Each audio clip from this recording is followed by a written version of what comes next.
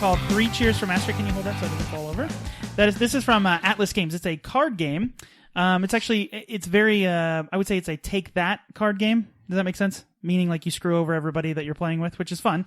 But it's a game where you are building a pyramid of cards, and not like a 3D pyramid, like a pyramid in front of you on the table. So each of the cards, there's a couple different cards, but what you're doing in this game is you're playing as minions. Think of like the movie Minions. And your master or whatever has triumphed, and evil has won the day. So he's essentially bored. I always wondered this in like comic books, like when the bad guy finally takes over, like when Red Skull, like what does he do? He's now the good guy, and a bad guy tries to take him over. Ah, see, perspective. There you go, Obi-Wan. Right. Matters where you sit. So in this game, you are one of the minions, and your master's upset because, again, evil has triumphed. So what you decide to do to cheer him up, or her up, is to build a cheerleading tower, naturally. Go ahead. Well, you had something to say. I don't get the theme of this game, but I don't want to ruin your explanation. No, so what you're doing is you're taking the cards that have minions on them, and you are building a pyramid of cards in front of you. So you have first row is your base, and you build up. And whoever has the highest pyramid at the end of the game, when the master shows up, wins. But what you're doing during the game is essentially you can play these cards. These minion cards can randomly attack during the game, and depending on where their arrows are pointed, they'll attack the minions sitting next to them or above them or below them, and then things can happen, chain reaction. So if I sweep out and take out a minion from the bottom, all of the ones above it will fall down, and there's different attributes of the minions that'll crush the ones below it. Some fly, so they're not affected. Right. So it's a lot of fun in that you have to try to work to build your own tower, but you also spend a lot of your actions trying to make the other people's towers either topple or fight each other.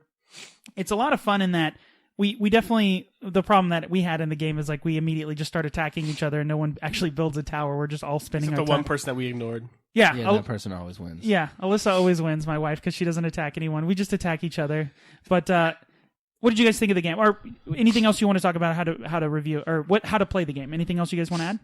No, it's very simple. Yeah. How long simple once you get the hang of it? What is it? There's just like some arrows, and it doesn't. Now I'll go out after we do the review. So it's off my lawn. Yeah, it's just a second. It's 2 to 6 players, 45 minutes to play, ages 13 and up. I think 45 minutes, really? Yeah, it didn't take us that long. No. But I think the only reason for 13 and up is probably just the artwork is a little bloody and stuff like that. But other than that, the mechanics of it are pretty straightforward, right? Yeah. Okay, so let's put our thumbs out. Chuck, sorry. Chuck didn't get to play the game. On the count of 3. 1, 2, 3. Okay, so we have 3 side thumbs. I'm tipping down here. I don't want to do a straight down, but it's not good. You can't okay, all right. So we have, normally we do thumbs up for a good game, sideways for an okay game, and then thumbs down for a bad game. So we got 3 sideways thumbs, and let's start with Jordan. You seem the most critical of this game, so let's get your thoughts. First of all, I think the theme's kind of dumb.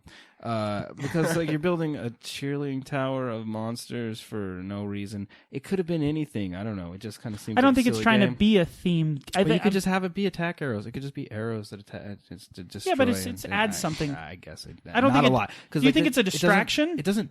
Well, it just doesn't mean anything. Like at first, you would make us read the flavor text because that's what David does, and we have to be like, oh, it's an alien, and he's. Gotta have a backstory thing or whatever. But then at a certain point, like even David didn't care anymore because it doesn't affect the game. Like the characters don't really affect the play. Like all you're really looking at, and then there's like numbers that matter in scoring, but they seem to not really affect the gameplay either. So you're basically just paying attention to these arrows and a couple little symbols on the top that say whether they're heavy or they fly. So it just kind of, 1, a little too simple. 2, it just like it was very themey, like all the pictures and stuff. But I just think the theme's stupid. So you like the artwork was good. It didn't affect anything. Right. It wasn't like this is a barbarian and barbarians have this skill and this and that. It's just like every single one was like different. So there was no like learning of the characters or knowing what they're gonna do. And then like I said, like I mean if it was a bird it flew, but it just had a little flying symbol. I don't know. It just didn't seem to play into it. And then again, if you just target certain people, there's like a guaranteed winner, but that's our fault for not attacking that person. It was kind of like you would attack me, and then I'd get upset and I'd attack you right back. And then the person, it's like who was ignored. The one.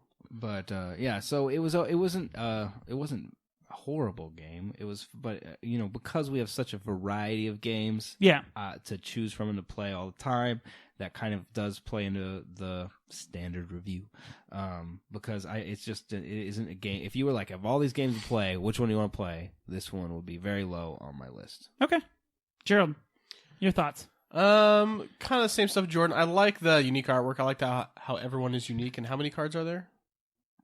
110. Yeah. Yeah. So the fact that there's 110 or whatever different minions is kind of cool. It's creative. But yeah, I didn't really get the theme, or I didn't really like the theme of the game. But and I do feel it's, if you could build up your tower, it's really good. But one thing, like someone places a bad minion in one area, right, and you're down to 0. I enjoyed that part. I actually like the fact that it's like a chain reaction, like, and part of the game is like you want to, like, your attack arrows for your minions, you want to try to point them outward of your tower so that they're not attacking the minions right, but then inward. There's cards that flip them. Yeah, and then there's these action cards in addition to the minion cards that you can play on other people's turns, or on your turn on other people's towers, to flip their cards or move their cards in different ways that all of a sudden now makes their tower not very stable, right? Because then somebody attacks and they attack inward, and then they start everything starts falling. I enjoyed that part of it. I like the idea that it's kind of like we talked about with Magic the Gathering. Like, I always liked a Magic the Gathering that there's a really powerful card, but then there's some card that's really cheap to play, or and it neutralizes that really expensive card. Do you know what if it's played at the right time at the right moment? I enjoyed that part of the game. Why is there a guy climbing up the tower? He's the 4 minion. He's the one that's going to be like, he's got the, it's... There's like a multiplier that goes on. You've got a guy, as you make your tower, you've got a guy climbing up the tower, and he falls and this and that, but it just didn't seem... I think it's just you have a couple things to worry about. So you have to build the tower, and then you've also got to work your way up, and you can only go adjacent with the 4 minion token. So it just gives an additional element of strategy, I think. Because sometimes it's fun to play. I mean, it's fun to screw your neighbor kind of thing. And why did it end? It seemed like it ended mid-deck. There's a card, so there's 2 cards at the end. There's a master is coming, so it like indicates like in the next 20 to 30 cards the game will end, and then that's when. And how do you know? How does that card? You just you take 20 to 30 cards. You put the master is here card in the middle of that. Then you put the master is coming on the top of that deck, and then you put all the rest of the cards. So there's probably between 15 to 20. That's why I said the master is going to come within 20 turns. Yeah, so within 20 cards. Yeah, and there is some strategy. Okay, so anything else you want to talk about? What did you like about it? Like I said, I like the screw your neighbor aspect of it. Yeah. Obviously, David and I, whenever we play, we always go after each other immediately. Right out of the gate, we just immediately start going for some reason. Yeah, but so I like that aspect of it. Where they can like, oh, look at my tower, and just one card can just screw them over. Yeah. But then that's kind of the problem, is one card can screw yourself over too if it's placed in the right area. But it's fun. It's simple once you get the hang of it. It's fast paced. It's fast paced. Yeah, it's all right. Yeah. So for me, the reason I gave it an okay and not a great game, a couple things. One is, and I think it kind of piggybacks on what you guys said. The game feels at times kind of the choice. There's not a lot of choice. So you have 3 cards. You draw 3 cards, and a lot of the times it's like it just feels like, oh, well, the card only goes there, or it only like there's not very many options for that card to go anywhere. But as we played more and more, I did see like, don't leave gaps in between your tower because someone can drop like a really bad minion in the center of it. I love the take that, screw your neighbor over. I love that part of a lot of games don't do that. You know what I mean? Like a lot of Euro games, you can put your person in a spot so that nobody else can go there, but there's not like a direct, like in your face, like take that. Yeah. So I really do like that. I actually love the artwork in this, and I do like some of the flavor text because some of it's funny. Like one of the minions' name is called his name is This Tall, and he's like, he always wanted to get on every ride. You have to be this tall to ride this ride. I thought that was cute. I like the artwork. I like the theme of it. I think it's silly. It is kind of weird because it fits like a weird like, okay, Minions the movie, right? It's kids and they're funny, you know what I mean? This is Minions, it's funny, but then it's like bloody everywhere. It's like adult. Yeah, so it fits. It's kind of the only thing I would say is the theme is just kind of it's weird. I don't know if it's not far enough kiddie and it's not enough dark. But I think it's fine. I think the artwork though is great. Right, you go with the monsters, don't go with cheerleader tower. I don't know. It's right. weird to me. Maybe, yeah. And maybe if you went like more like, but it makes sense as to why they're, like I said, I don't just force them to be in a pyramid. I don't understand like why it needed to be a cheerleading tower. Well, it's just a pyramid. It's just, I know, but that really is what turned it off for you. Okay, well that's fine. Well, I played this also. We played this 4-player, and then I played this with my wife 2-player. 2-player is a lot more chaos. And like there's a lot more randomness and chaos because you only have one other person that you're going after. With us, it was kind of like you had an option of like, okay, which card this card screws over who the most. You know what I mean? Whereas when you're playing 2-player, it's really brutal. So I actually would recommend this more for a 2-player game than I would for like a 4 or 6.